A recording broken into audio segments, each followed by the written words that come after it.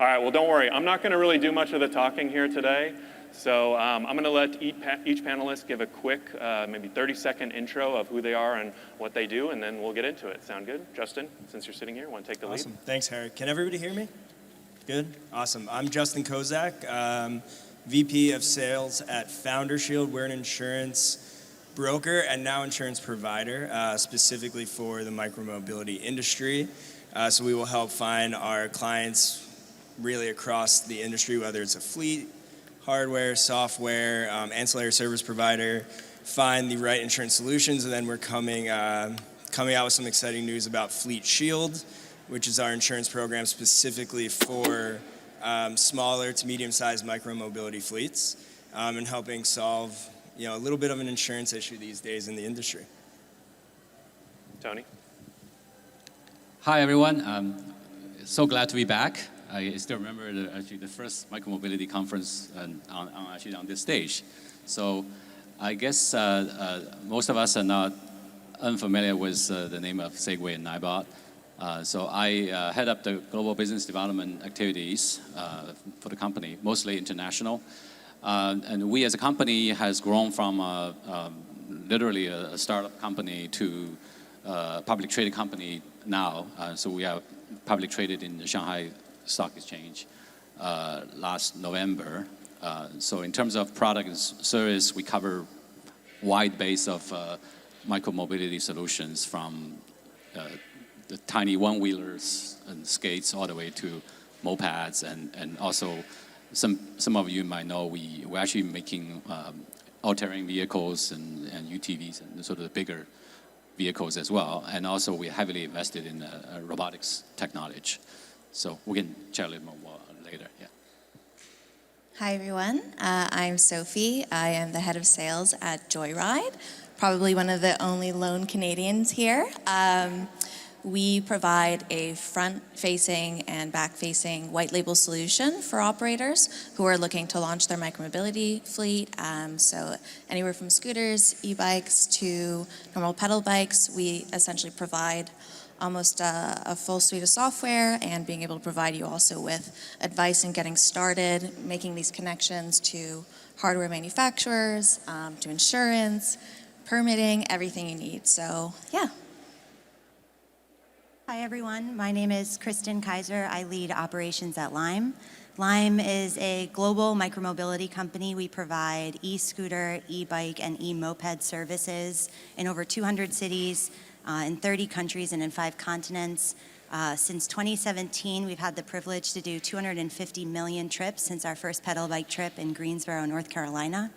We have a globally experienced operations team with a hyper-local focus, which helps us be not only the largest micromobility provider in the world, but in my opinion, the best. I'm very excited to be here for this discussion with you all and looking forward to it. Yeah, well, appreciate it. I think we've got a great lineup for this panel. My name is Harry Campbell. I run a media business called The Rideshare Guy, where we cover everything from Uber and Lyft to food delivery companies and also scooter and micromobility companies, really from the workers' point of view too. I was one of the first bird chargers in Santa Monica, getting up at 4 or 5 a.m., dropping off scooters. So know a thing or two about some of the labor and operation side. So we'll see what Kristen has to say and if it matches up with my experience. I think we've got a great panel today, great audience. I'm really excited to be here in this venue, and I think we all are.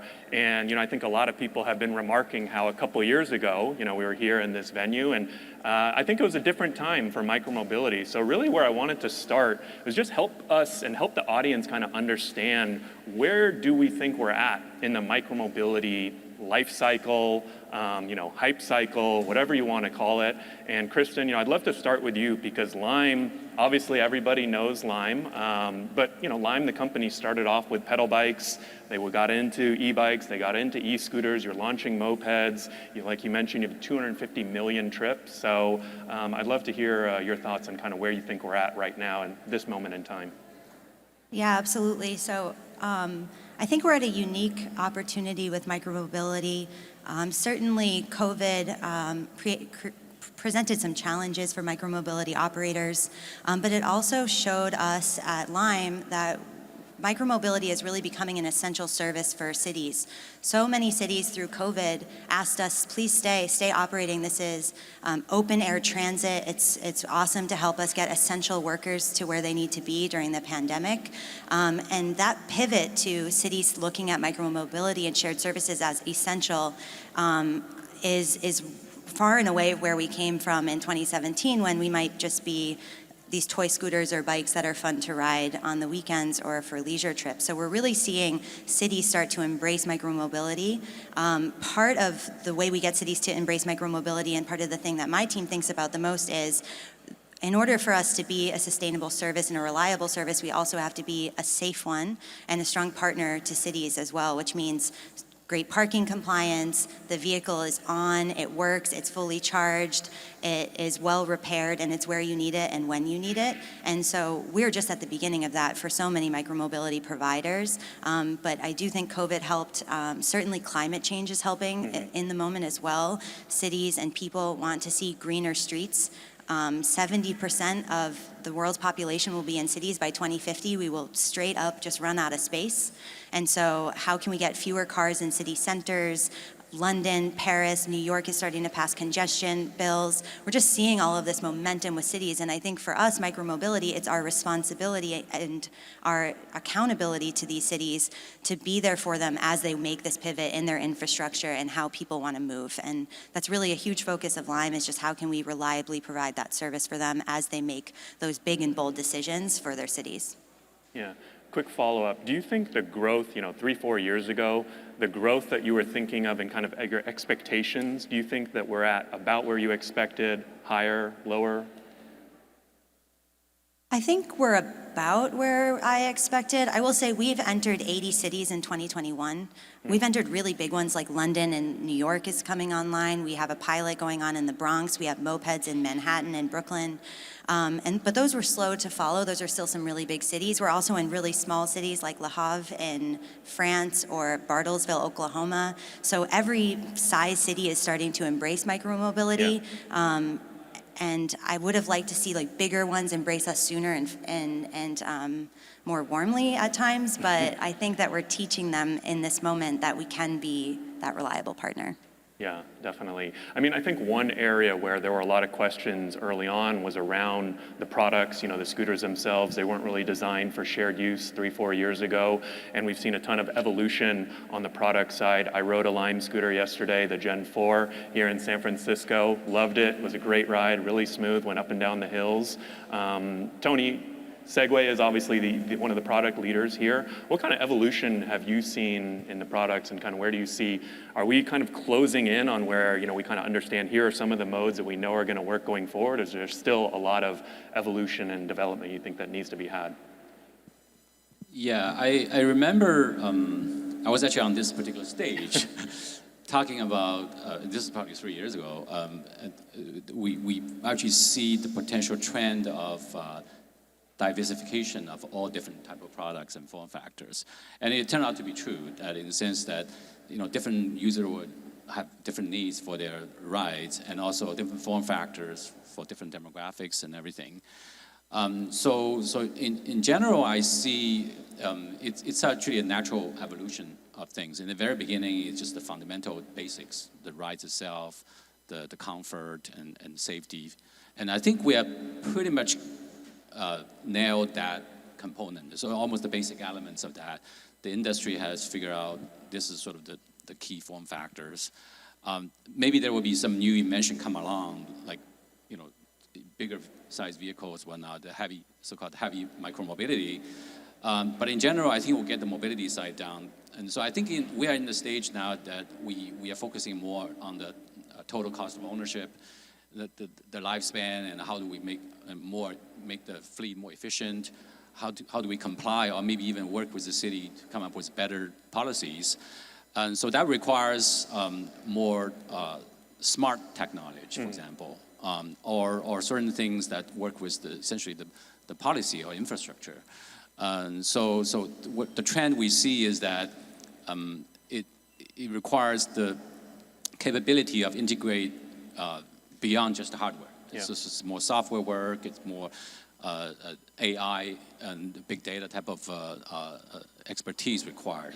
So this is actually a great stage because we partner with a lot of different companies, even though we tend to do a lot of things in-house, but I think partnership with operators, with platforms, and even insurance providers, and these actually are really good ecosystem we're building. So I think we're really in a good time sort of for the next phase. Yeah. Is there a form factor or any component of the product that you personally are most excited about that you think there's a ton of room for opportunity that is underdeveloped right now, whether you're doing it or you think is out there available?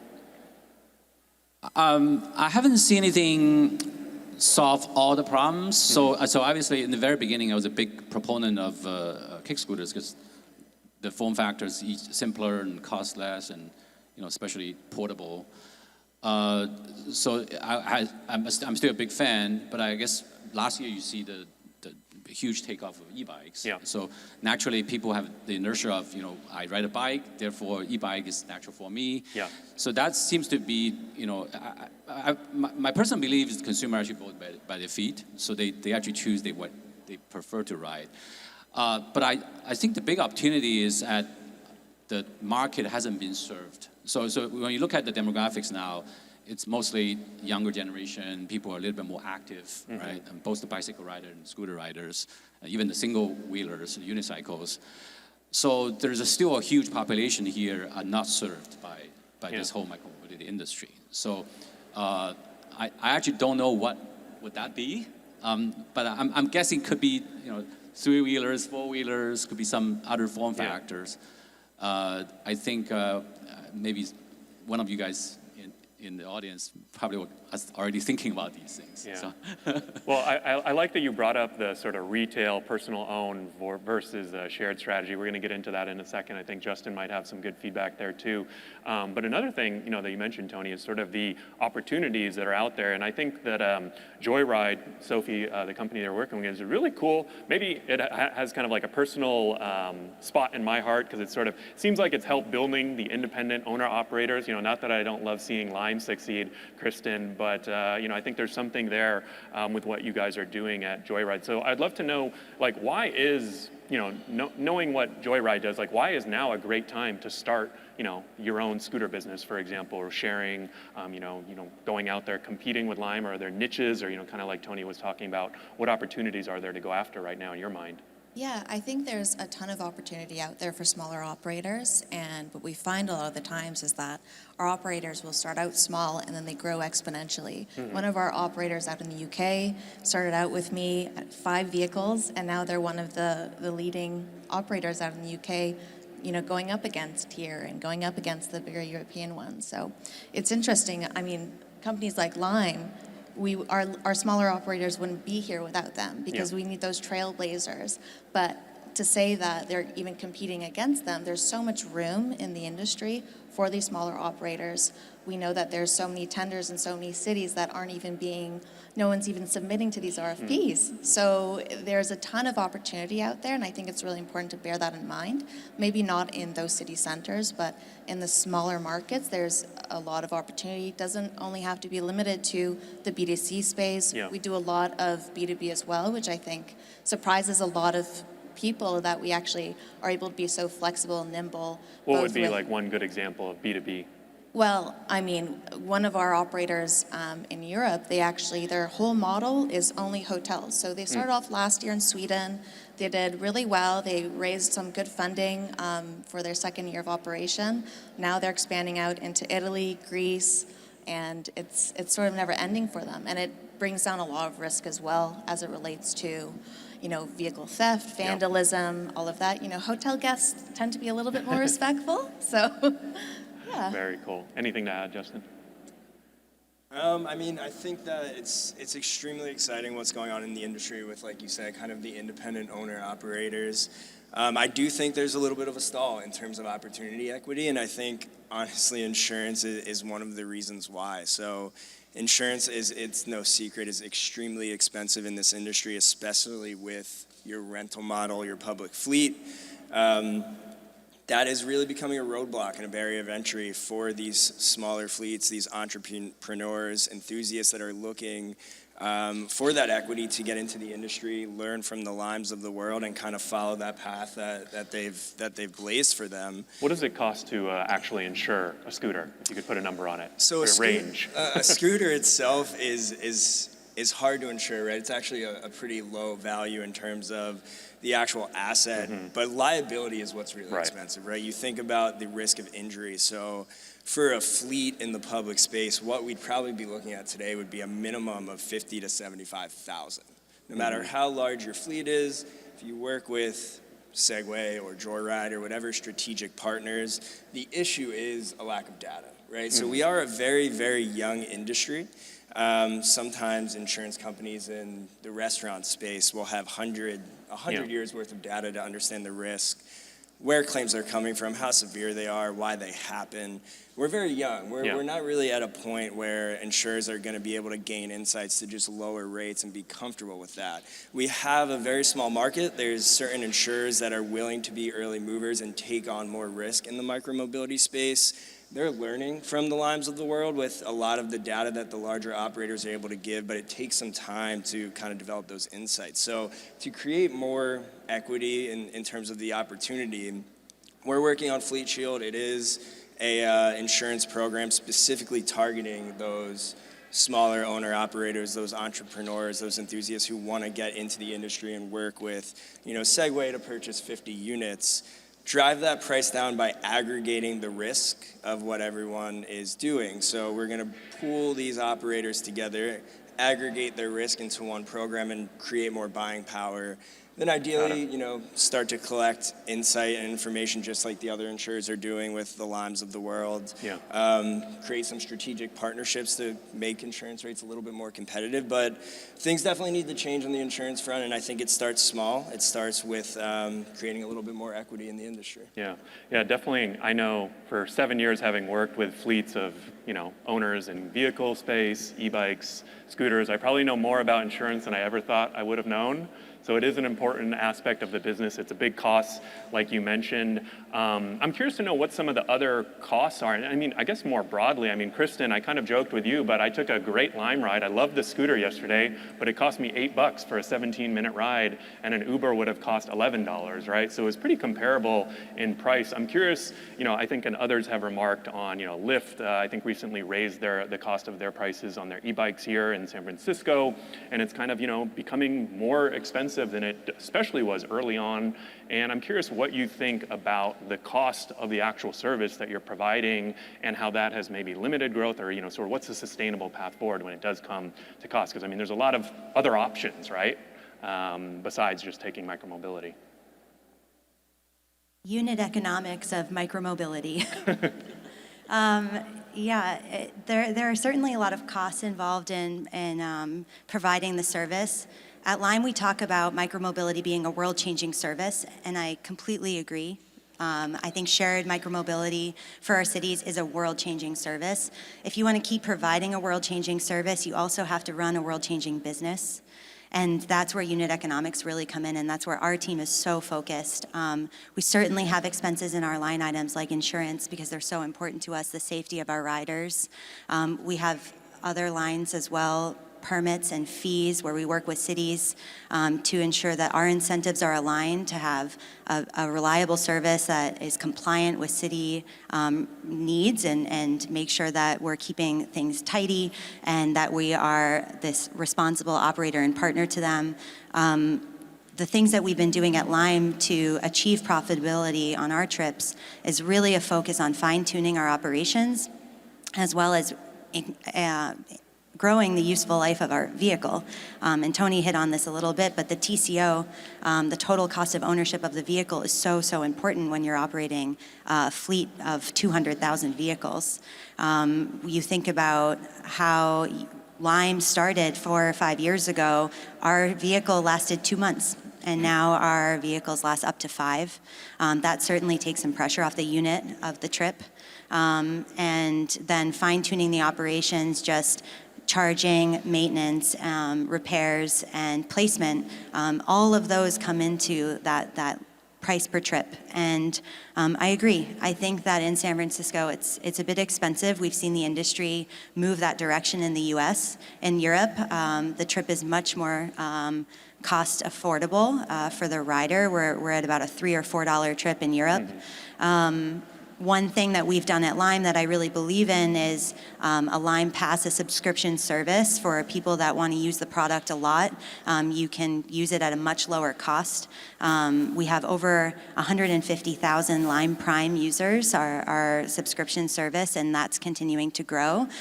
So if you are somebody that wants to use micromobility for your daily commute, you can't pay $8 there and back. Yeah. That's not going to be a service that is going to be reliable and help subsidize or even compete with public transportation. And so certainly that's a big focus, but absolutely we are every day fine-tuning our operations, extending that useful life, focused on TCO, so that we can continue to provide this world-changing service and fund it going forward by being a world-changing business as well. Just to add to that in terms of unit economics, profitability, right? Understanding what you need to do to profitably run a fleet or start a fleet.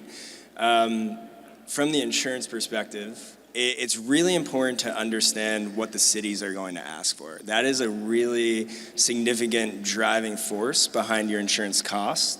So LA, for example, has set the standard of a $10 million insurance limit. It's extremely high. The Birds and the Limes of the world went there early, and it worked. For smaller operators, to be transparent, you're never going to be able to afford that insurance. Getting ahead of it and understanding what cities are going to be asking for through an RFP, through a permitting process, is going to be really important to targeting what cities you can be successful in and understanding how much you might have to charge per ride or per minute to make it feasible to run the business. Insurance is going to go up in cost as limits go up, so targeting cities that might have lower limit requirements is really important. Kind of road mapping your expansion and your growth year to year, getting ahead of understanding what permits you're signing up for, what you're RFPing for, from the insurance perspective can really help do that. So I urge, whether it's us, whether it's another insurance broker, speak to them, right? Prepare for that expansion, prepare for what you're going to be targeting, because as you kind of work on the business model and understanding what you guys need to do to be successful and keep it running in the right direction, insurance is going to be part of that. It's just that expensive right now, at least, of a line item for you guys. In this space, we're hoping to bring that down, but understanding what's needed and is really important. Got it. So we've talked cost, we've talked insurance. Sophie, I'm curious, what other challenges? I mean, you're working with all these small operators. I mean, what is the toughest part, for them? What do they come to you and say, oh man, I did not realize it was going to be X. I was not prepared for this. Well, we try to prep them from the very first phone call based on that experience. And not to bring it too much back to insurance, but insurance. It's definitely the number one item. We want that conversation to start right away so that they really have an understanding and not push it to be one of the last decisions or the last factors. And I think people really underestimate also lead times for vehicles. That's a huge one. We would love for you to start in 1 month and we can get you there. We can develop an app for you in 2 weeks. However, we have to get insurance locked up, and we also have to make sure that hardware is locked up as well, and that you're going to have it delivered to you in time. So what we're really trying to do at Joyride right now is that instead of only focusing on the software aspect, we're trying to take on these challenges head on. That's why we formed Joyride Alliance, and it's really just formalizing a lot of what we've been doing the whole time, which is making these connections for insurance, making these connections for hardware, trying to really negotiate on and advocate for our operators so that it's not so challenging and those barriers to entry aren't so high. Yeah. So I think, I know someone else was presenting earlier. They mentioned issues with supply chain. Anyone really doing anything in hardware or chips or anything like that is complaining a lot right now. So Tony, I'm curious, what's been your experience with Segway, and how is that affecting the fleets that you're working with right now? Do you just have to be better prepared and plan more in advance? Yeah, definitely we see the pain. It's from chip supply to supply logistics and all the container price and everything. It's just a nightmare to be blunt. But I think one of the things we focus on what we can control, right? So a lot of times we try our best to get our customer product, and also we have essentially what you call it, like preemptively buy critical supplies, that kind of thing. Yeah. And in some way, scale helped quite a bit because we are one of the largest buyers for hot motors and batteries and even just controller chips and stuff like that. So the scale in this case helped quite a bit.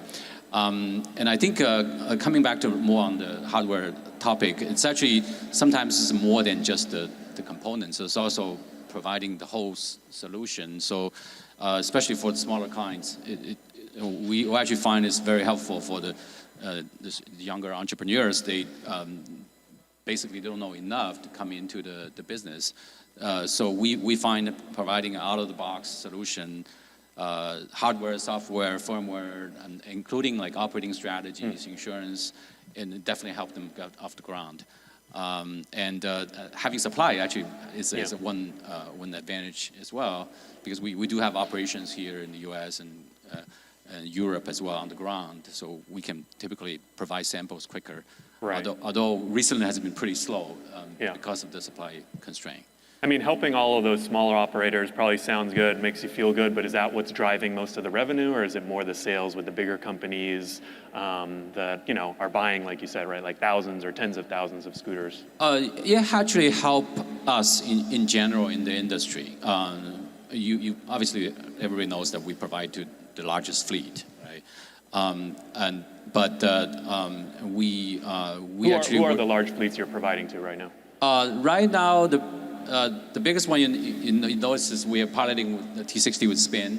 That's we're definitely a strategic partner. Help is actually one of our major customers as well. But in the very beginning, we kind of provide for everyone. You probably served one of our scooters at one point. I've served many. Yeah. I've got two in my garage right now. So you probably know my product better than me personally. But I think the smaller companies are actually very valuable for us. One is in terms of the diversification or diversity we talk about, and two is we actually we find we can actually provide even more help to the smaller guys. So help is actually a perfect example that they actually started a very small fleet, and now they are one of the first public traded scooter sharing company. Yeah. So we don't discriminate. so we work with everybody, and we have to have different separate team. We have some of our folks are more small customer focused, and when you grow to a certain size, we actually have a dedicated key account serving you as well globally. So. Got it. No, I appreciate that, Tony. And I mean, I think one other thing I want to touch on before we end this panel is the labor side of it, right? Really, this is an operations-intensive business. I know, Kristen, you mentioned to me that's one of the things that you've been focused on right now. So, I mean, can you talk a little bit right now? I mean, I would say we're in, maybe a global labor shortage. We're seeing this, there have been a lot of folks complaining that they can't get an Uber and Lyft anymore, that, in other industries and restaurants. So how has that affected you at Lime with the understanding that, there's a lot that goes in on the operations side, right? From charging to rebalancing to mechanics to everything that you need to run that side of the business? Yeah, it's a great question. Labor is a huge focus. I think, there are so many things that go into running a micromobility fleet, from insurance to the product itself, of course, and the software that you have to run it. But the day-to-day of providing that service and proving that you are an accountable and responsible provider and operator to cities is really what's moving this industry forward. So I think every operator feels a lot of pressure to hit that bar, and that bar keeps rising. And there is a global labor shortage that we certainly see, and it does impact Lime. One good thing about Lime, I mentioned it earlier, we're a global business. We have global experience. We've seen probably every single climate and topography, every regulation, every culture. And one thing that we've been able to do is take a local focus and meet the cities and meet the people halfway or meet them all the way there. So we're very flexible with our labor model. We can run independent contractors, juicers or chargers. We work with logistics partners. We work with full-time employees. We work with staffing agencies. We essentially can meet any city, like I said, where they need to be in terms of what they want for labor. And certainly the pressure on getting that type of staffing has been hard. We've had to raise some prices on the cost side, which of course puts some more pressure on those unit economics we talked about earlier.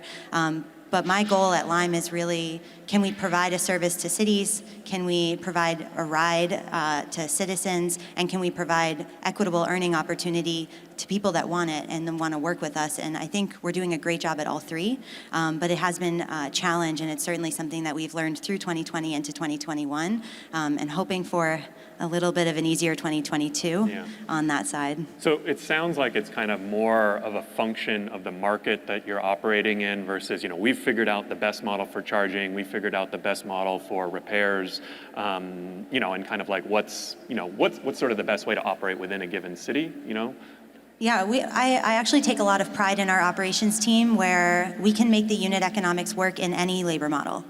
And that's taken tech, it's taken a real focus and passion from our local teams, it's taken good partnerships, but we've seen that we can make the unit economics work in whatever model we need to run. And so we've stayed very flexible for that reason. We are not all in on fleet managers or against fleet managers, in on contractors, not in on contractors. We can do any of it. Got it. Interesting. Anyone else? Anything to add? I guess one of the things we try to do a lot is try to improve the efficiency through product. So one of the things is that if AI can help reduce the labor requirement, maybe let the robotic scooters park themselves, or at least rebalance a little bit and move out of the way on the sidewalk. So reduce the requirement on the labor side. Right. It just sort of actually, it's everybody's dream that eventually that would alleviate some of the. Yeah, well, because you guys have a partnership around that right now, right? And what does that do? Well, basically, it helps the fleet to achieve some of the simple tasks. For example, our partner Spain was running a trial where basically the scooter can be teleoperated to move out of the way if it's blocking the sidewalk, for example. So you don't have to send someone to do that. And ultimately, if the scooter can be summoned, it will be sort of the holy grail that you almost can change the business model completely, as opposed to having chargers or juicers and to balance the fleet. It will come to you. So that will sort of ultimately could be a game changer. Yeah, it does seem like there's some really interesting opportunities around teleoperation and, kind of if labor is one of those big issues right now, sort of like improving some of those efficiencies. So I think there's a lot of potential, out there in the micromobility. I really appreciate each and every one of you. I know we've got a great lineup for the rest of the day, so I encourage everyone to stay, to enjoy, to participate. And I'll give a special quick shout out to the Founder Shield Segway and Joyride teams, because they are hosting an event later this evening. What are the details on that? It's at Seven Stills Distillery and Brewery in San Francisco from 6 to 9. Spin and Lyft have both been kind enough to offer discount codes for when you get off the ferry at the ferry terminal to get to Seven Stills. Everything is on us, some drinks, some food, should be some really good networking. So hope you guys can come. Very cool. Well, yeah, I think we're definitely looking forward to it. So really appreciate Justin, Tony, Sophie, and Kristen for this panel, and we'll catch you guys later. Thanks, Harry. Thank you.